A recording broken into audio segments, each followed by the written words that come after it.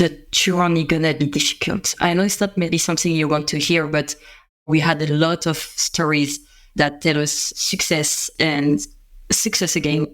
And we have very few role model company that disclose how much it has been difficult for them. Don't try to be perfect all the time. Take personal time. And it's going to be difficult, but it's also going to be the most beautiful journey and the most incredible experience you're going to have. Is everything over? Shall we give up on the gaming industry now?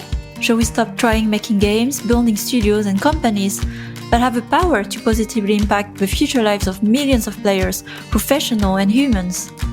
No, we don't. In this special track of Rise and Play, I will be focusing on the unspoken topics around building game companies, founders teams, fundraising, pitching, rebounding after closing your studio company or losing your job, by bringing guests who are going through the same storm of 2024 like you, and keep fighting. I will also share openly my own process, trials and error, and step-by-step building the new game company Killen as the first-time CEO of a game company. I believe we are stronger together, and we don't have to go through the storm alone, because at Rise and Play, we are not alone. Oh, and one last thing. As you feel supercharged by listening to this episode, it will mean a lot to me, and if you haven't done it yet, that you hit the follow button. It will help with the discovery of the show so other people can benefit from the content too. Thanks, and now let's get to the episode. Hi, and welcome to a new episode of Rise and Play. And today I'm sitting with another French founder and a female founder because I'm going through all my network of French. It's a coincidence. I don't know. It's just sometimes I have those waves and also female founders because there are so few. And I thought of bringing a bit more focus and zoom on the amazing stories of those women. So today I'm with Charlotte Gailledreau. We met a few years ago. I was so pleased. I was starting the podcast at that time, 2021, I started it. And I was so pleased to have some listeners that would come to me and recognize me at events. We were in one of the French events organized by OBB, Pro Evolution Society. Yes. And then Charlotte came to me and was like, thank you so much for the podcast, for the presentation. I'm actually in the process of building my studio, and from one conversation to another, here we are, and Charlotte has her own studio. But a few words about Charlotte and her background. So Charlotte has over a decade of experience in the gaming industry and a passion for narrative RPGs. She's cultivated over 20 years of tabletop role-playing games, and her journey has been deeply influenced by her love for storytelling, which is also at the DNA of the studio she built. And after contributing to successful mobile games on the producing part for games such as Brave Frontier RPG at Gumi and SUP, multiplayer racing, and Frag Pro Shooter from OBB, she co-founded in 2022 Sunny Lab with her associate partner Hugo Saoke. Sorry guys for all the French name. You won't have to remember that too much, but it's Charlotte today. So Charlotte, welcome to your podcast. Finally, so pleased to have you. Thank you so much. I'm so glad and excited to be here after all these years of listening to the podcast. Yeah, so that's also like for me such a circle of journey, because when I started the podcast, I had that same problem. I couldn't relate to many either female founders. There were not that many, or women building studios, and so I saw that gap. And that's what motivated me to create the podcast, to give just a bit more visibility on what are the few but amazing women are doing in the space. And just the fact that, getting the recognition over the years and actually impact of representation, you see, founders like you who took the courage, started the studio, and are still in the journey. So we start with Sunny Lab. And before we get into what is Sunny Lab, I'd like to hear more also of what led you to create Sunny Lab. We had a quick intro about what you've done before, but what has built you to build the studio? Yeah, and just before that, thank you again for putting this podcast live. Mm-hmm. It's a great inspiration, I think, for a lot of women, and I'm sure it brings more diversity in the industry, and we need that. Mm-hmm. So yeah, as you said, I've been working in the game industry for about 10 years. I started on the game design part, but moved quickly on the producing part, and I mostly work on mobile gaming. So in 2022 when I had the opportunity to move from mobile to console and PC gaming. It was a big leap and a bigger risk on my part, but I really wanted to try that, especially because I always dreamed to have a PC and console game. I mean, that's how I started to play, right? Back in the days, we didn't have mobile to to play our game. And so I started on the old generation of console. So it was a dream come true that I could switch from mobile to console. And I still love mobile gaming. Yeah. It was unfortunately not the experience I expected. And after 7 difficult months of production, I was let go overnight, which I'm sure a lot of people can relate to days. It was kind of complicated for me to know what I'm going to do between going back to the mobile industry or to carry on the console and PC parts. Fortunately, I met an incredible core team, especially my associate, Hugo, and we quickly matched our desire to create something from this experience, something more soft, sweet, and beautiful. So I would say that it wasn't my dream originally to build Sunny but the opportunity and the circumstances led to the studio creation. Especially because, in France, we have a lot of support from the government when we lose our job. I had 2 years to figure out what I was to do, which on the financial part was a relief. I think you shouldn't go and build your company by quitting your job and having a financial issue. Between the financial support from the government, meeting Hugo, and having my very close friend and family, and especially my wife, supporting me in all of my decisions, I felt very lucky of both the opportunity and the support to create Sunny. That's how the idea started. Okay, so let's take a pause on some of those moments because I find it always, this is like for me where is the core of the story is sometimes because, there's that crossroad where it's like, what do I do? And especially when things don't go according to the plan, like you said, you were laid off. It came as a surprise. It's not what you wanted. And then asking yourself, okay, what do I do now? How did you reconnect with your partner, Hugo? And how did those conversations happen to converge to, okay, let's build a studio? That's a very good question. I think it took us 3 days, but it's also because I am somebody that when I don't do anything, I start to panic. So I needed to create something quick and to start something over. Otherwise, I could have been very much depressed. Also because we had the core team of the studio that was very supporting and gave me a lot of great feedback that hit a bit of my heart at the moment. So as soon as I get let go, Hugo came to me and said, okay, first hug, then we need to talk. So we had this conversation pretty quickly. And because it has been a bit more than a year that we know each other and we knew that we can work together. We knew that we like to work together and that we make ourselves grow, having the best version of myself since I'm working with Hugo.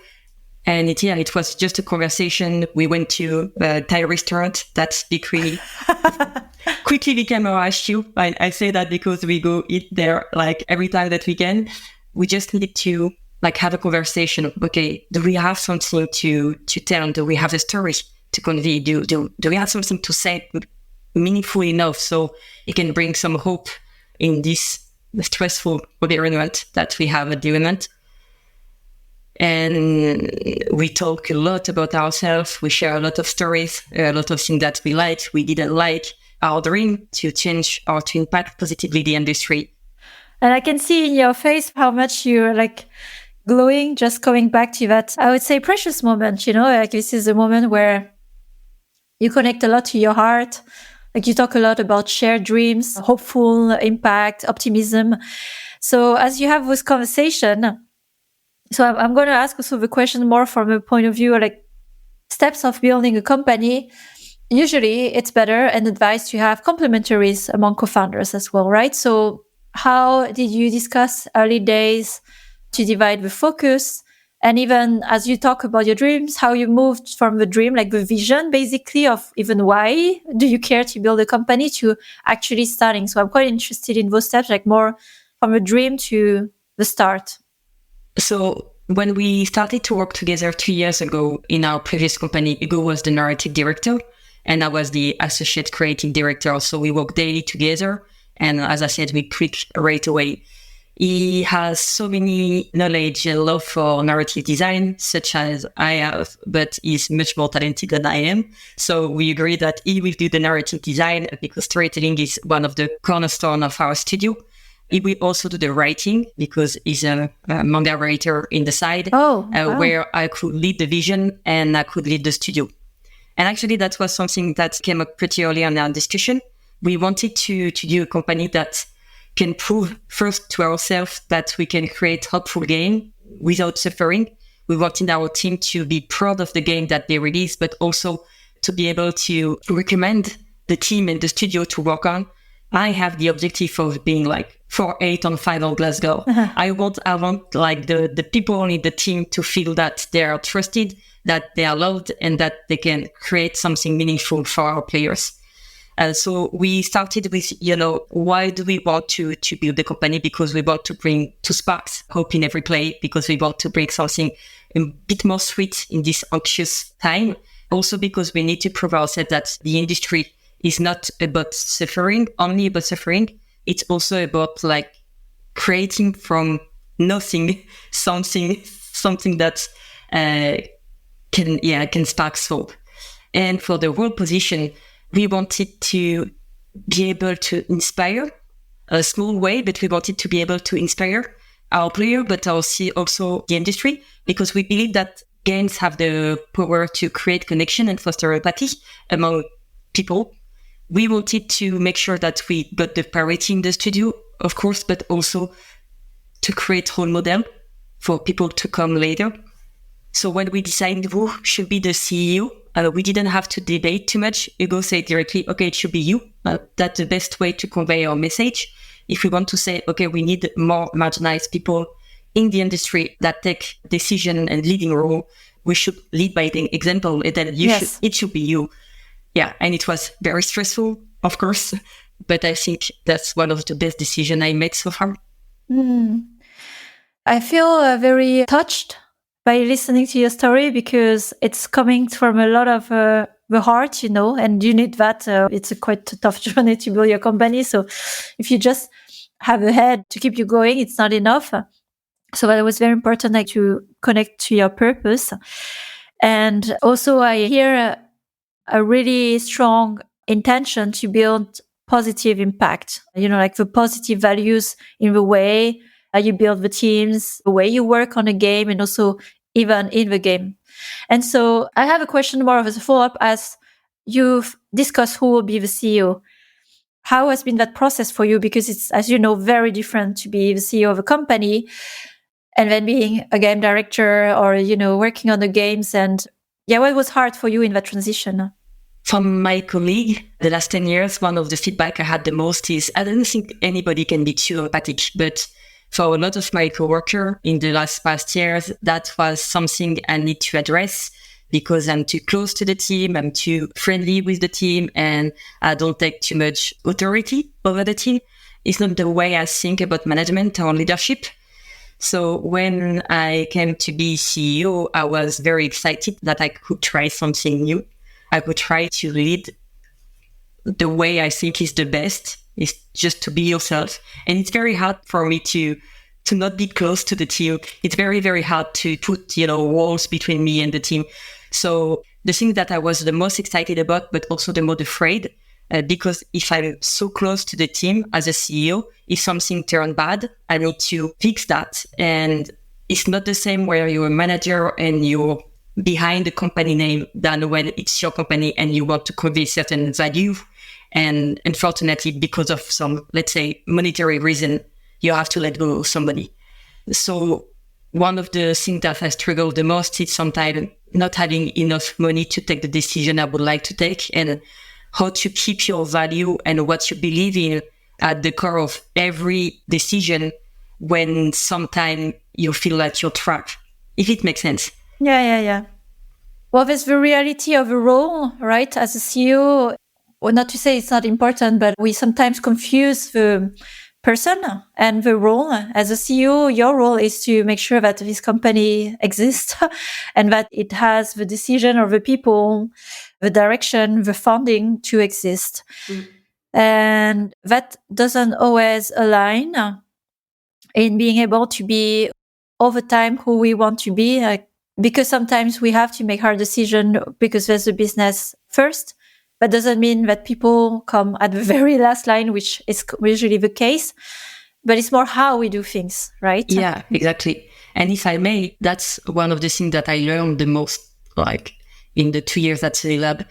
When you explain things to the team and when you're honest and you can explain your decision, the team is always very supportive. I mean, we are so lucky to have this team. They're amazing in so many different ways. And every time that we have to take a hard decision, we talk about it, not the day of the decision, but we let them know our vulnerability. We share a lot with them. I share anytime that I have doubt, anytime that I have excitement, dream. I share about pretty much everything with them. And so far, they are very happy of the way we work all together. And when hard time comes, they are very supportive in a way that I never saw that before, because they can understand why we do this or that. And most of the time, they are the first to say, okay, we should do that then. I can relate to this style of, building a company or a studio, because I was in the same dilemma as well when I was building a studio at Voodoo 4 years ago. And trying to even verify for myself, is there another way of being where you can still be true, open and also do your job? And there are, but it's just there are not so many examples of that. And I have to say as well, I've observed more from statistically, because we don't have so many examples of women leading, companies, but I've seen more of that road direction for women, because it's so hard to not be ourselves. It's painful. And like being more okay to be vulnerable, and it being like, it's almost redefining what can you expect from a CEO, and there's some role models that we see. And I understand as well for men, maybe it's harder to act differently, because when you look at your, peers, they demonstrate certain character traits of what qualifies a good CEO. But for women, we have maybe, I would say, for more room to experiment, because we are also building the way. Where it's unfair is when we compare, of course, with men, and we have quite different ways. So I just see that as a common maybe theme in this way of leading, being close to the team, but very professional at the same time. And it's a balance always to find. So I just wanted to say to appreciate at least the effort of trying. And I think for the result, we have to wait at Sunny Lab to release our first game. And the team will be the most able to say if it's working or not. But so far, so good. Yeah. So let's get more to Sunny Lab. Before we get into some follow-up questions, how did you come up with a name? What's the story of a name?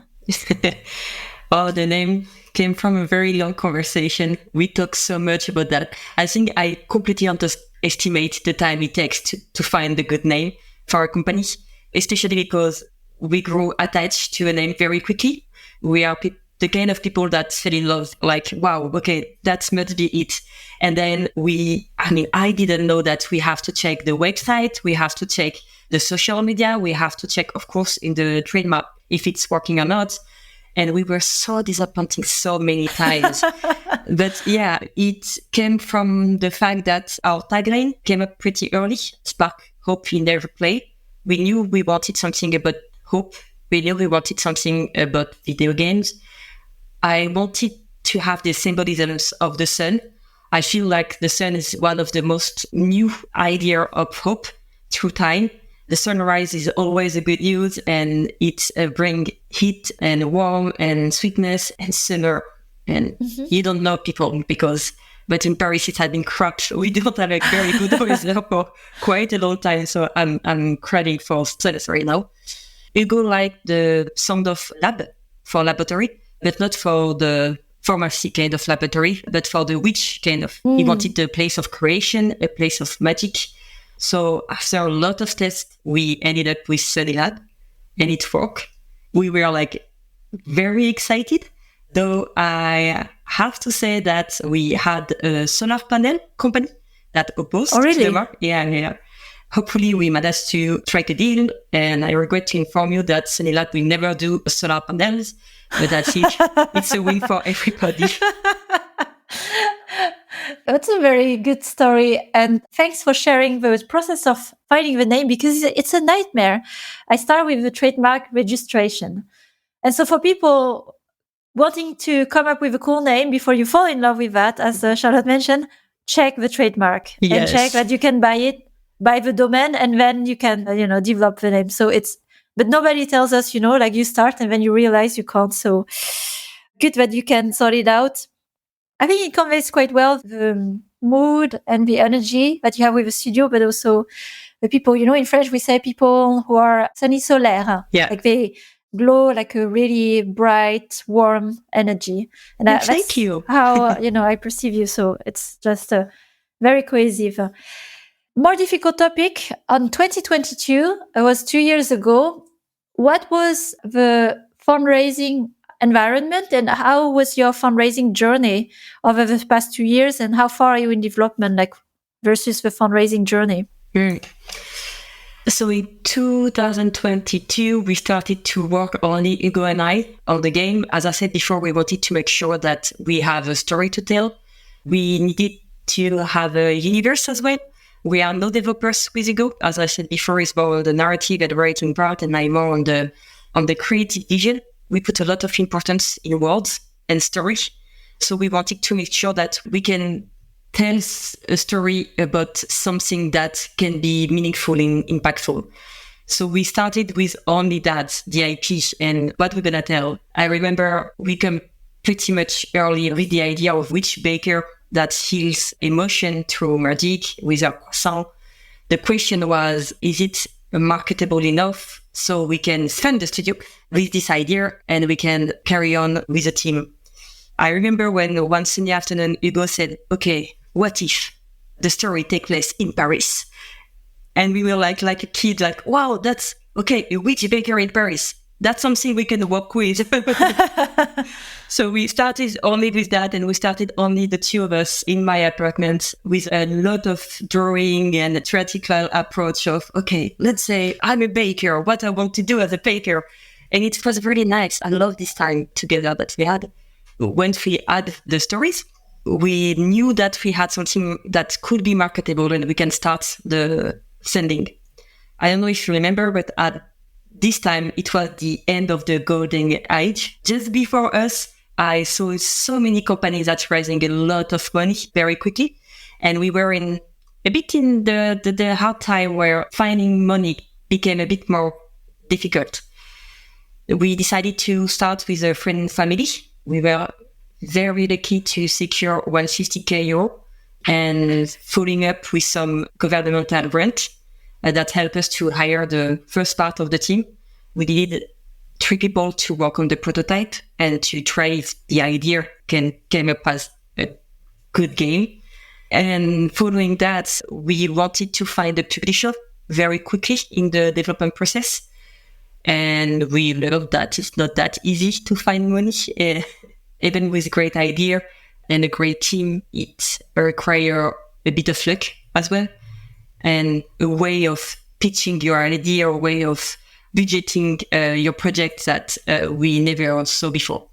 Mm-hmm. Okay, so let's spend some time on the vision of the game, maybe the learnings you had through the fundraising journey, especially the things that you could control more and the things you can't control. Because I'm quite curious in the end, like with the findings you have had, trying to raise money, and how did it impact the development or even your approach to building the game? So 1 year ago, we had secured 150k euro to hire our first 2 artists and 1 developer. At those time, I think we were so excited by the project that we thought it will be complicated, but not that complicated to find more money. It took, as I said, much more time to find money. So we decided to split our concept into chapters.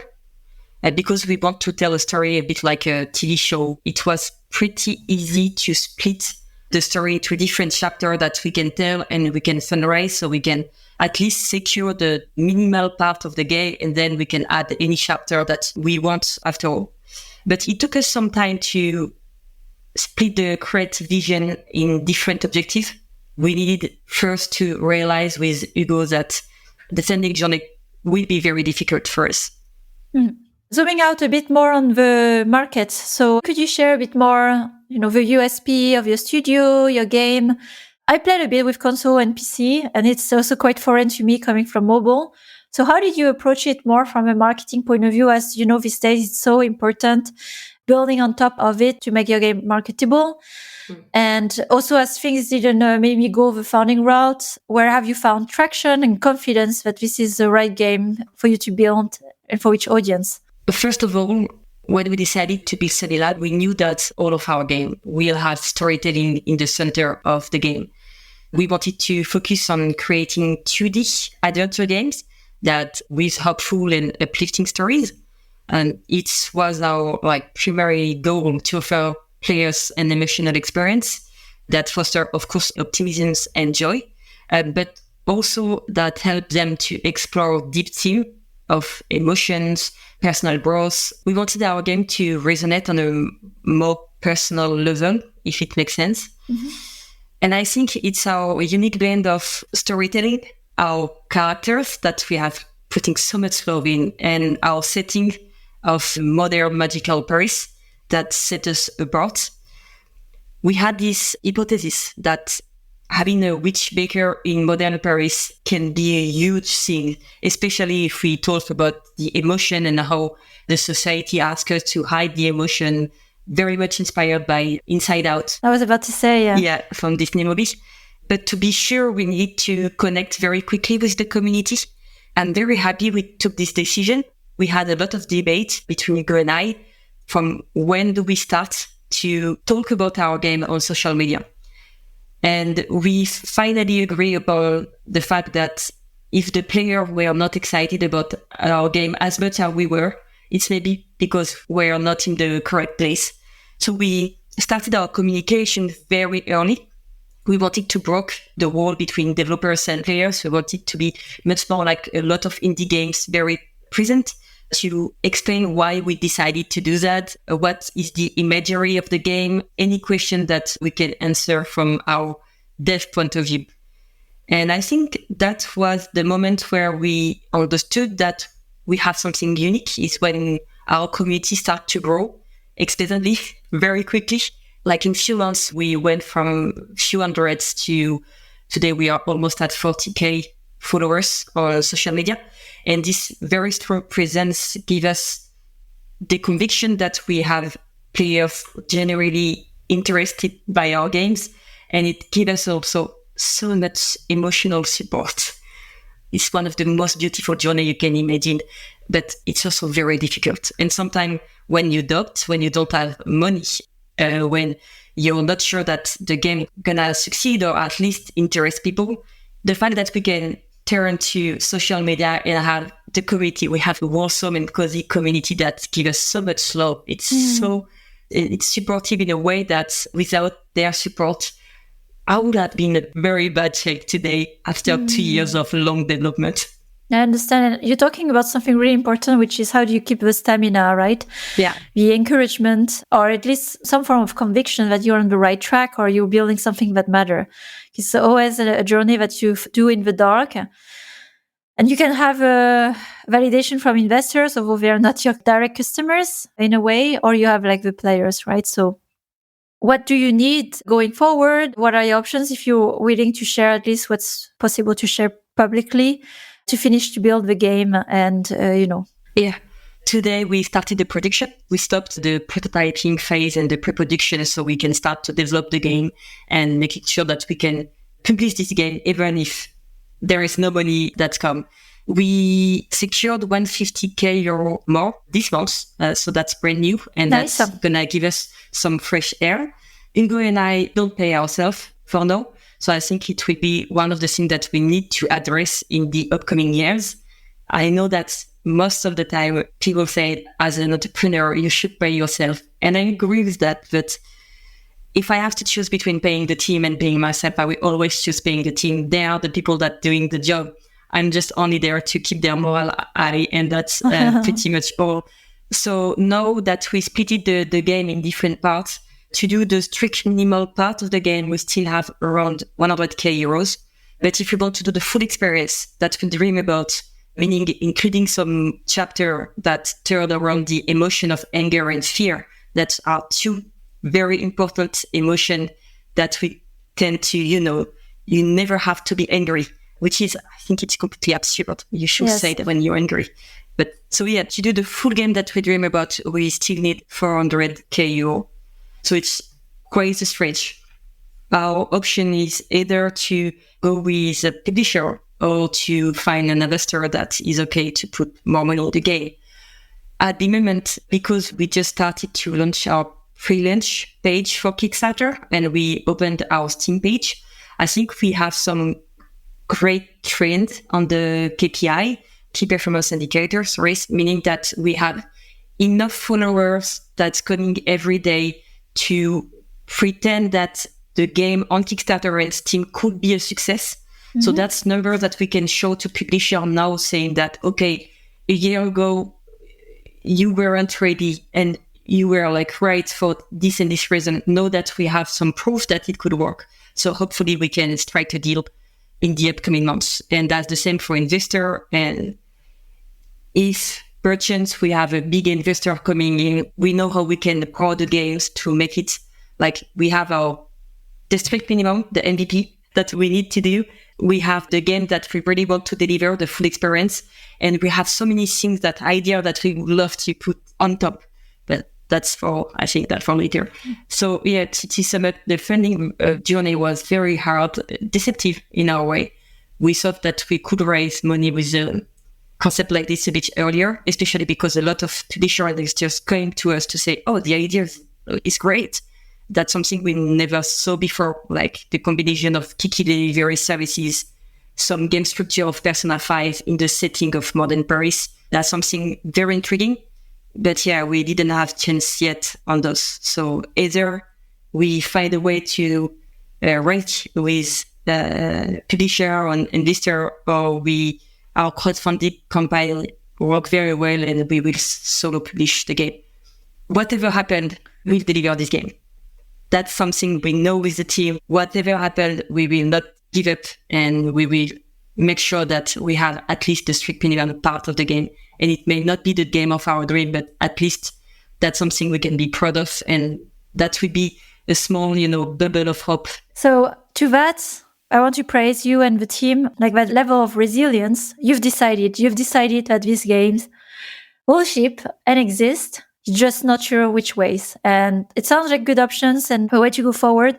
And I really appreciate also the openness to share the journey, because one thing is, usually people go public when they have achieved all the things and they're in their good energy, and it gives that kind of false view that, it was like a walk in the park. And actually, I'd love to look back a year later and you'll be in a very different place where you look back, okay, those decisions were pivotal, right? But I support fully the mindset and you're focusing on what you can control. So congrats to you and the team for that resilience. And let's wrap it up. For the listeners as well, I was reflecting the best way, to also get support is also to be open. You have done that today, your presence on the podcast, and to share where you're at. And I'm sure just from the ones listening that will show up and check the game or maybe even help if they can. More questions for you on the entrepreneurial journey, because there's so many things we can talk about and even the game, but I would encourage people to just check the game directly because it looks amazing. It looks stunning. I've seen the development of it.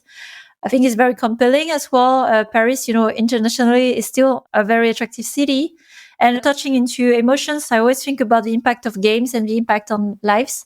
Here it's helping you reflect, right? It reminds me of Life is Strange, the series of that kind of games where it brings a positive impact in your life, it's that the power of games.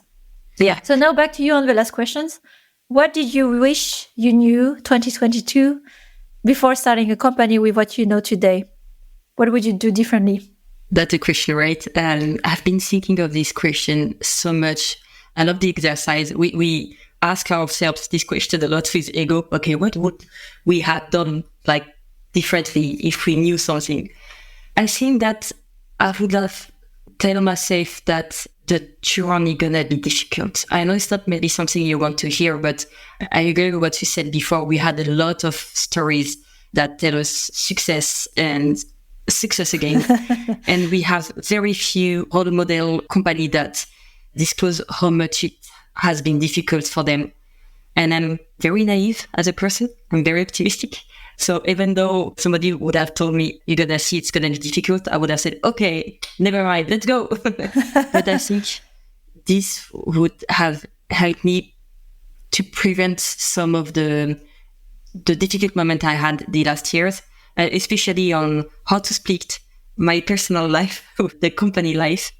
I mean, you have to understand when you're building a company, it's like your baby. You put everything into the company and you want this company to grow. And I had a lot of struggles to put a barrier between those two.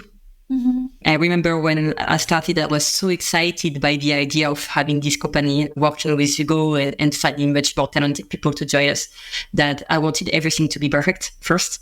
So that's been working every day on the weekend, in the evening, and not taking care that much of my family. And never let it go. I had the FOMO every time that I wasn't working. I was, I'm missing something. I need to go back to work. It has been very difficult for me to take holidays without looking at my phone, without looking at the news, without calling to Hugo. So what I would say to me 2 years ago would be, the journey gonna be difficult. You don't have to be perfect all the time. It's okay sometimes if your documents are not like the most beautiful document ever. You can just like take bullet point and idea and you can postpone. You will always have work. That's something we have in the industry, right? We always have work to do. So it's okay to stop at the end of the day. It's very important for our mind to be free of the project. So when we come back, we have fresh idea and we can see with a different point of view the problematic that we couldn't resolve because we spent 8 hours on the same problematic without taking a break. And I would give me the advice that I find a bit later this year to do time blocking. So to put on my calendar all the different tasks that I have to do, like just walking my dog. I was walking my dog and calling colleague at the same time. And my wife and I agree that when we walk the dog, we have the phone on the pocket. And it may be trivial to you people, but it helped me to break and to stop working and to have like meaningful time also with my family. So I can try to let, the company live without me, which they can do perfectly, by the way. Don't try to be perfect all the time. Take personal time when you can and try to put that on your agenda so you don't forget to take time for yourself. And it's going to be difficult, but it's also going to be the most beautiful journey and the most incredible experience you're going to have. Don't be afraid if Sunny Lab stop for any reason, because what you learned during these 2 years gonna be gold, and you can after that move to any kind of project. Yeah, it's gonna be okay. Trust the people you're gonna work with. They are the victory in this journey. It's very good, wisdom, and again, it shows so much about your character of resilience and mindset. It's really a journey of mindset as well, because that's the stamina and energy going forward. So we'll end on that note, which is not an easy one, but also, again, closing with some hopes and optimism, which has been the theme of who you are, Charlotte, but also your company. And, also giving some spark of hopes as well in the industry where it's a cycle. We are in a trend down. We're not the only one. I'm sure for the listener, they will relate a lot. And then being there long enough when the trend is up again and keep going, right, with what you can. So thanks a lot for sharing your journey very openly, transparently. And you're part of the guests that will inspire other, founders to also go on with the journey and not remember they're not alone as well. Yeah, thank you so much, Sophie, for having me. That's one of the nicest things that I've done this past few months. So thank you very much. Thank you, Charlotte. Take care. Bye.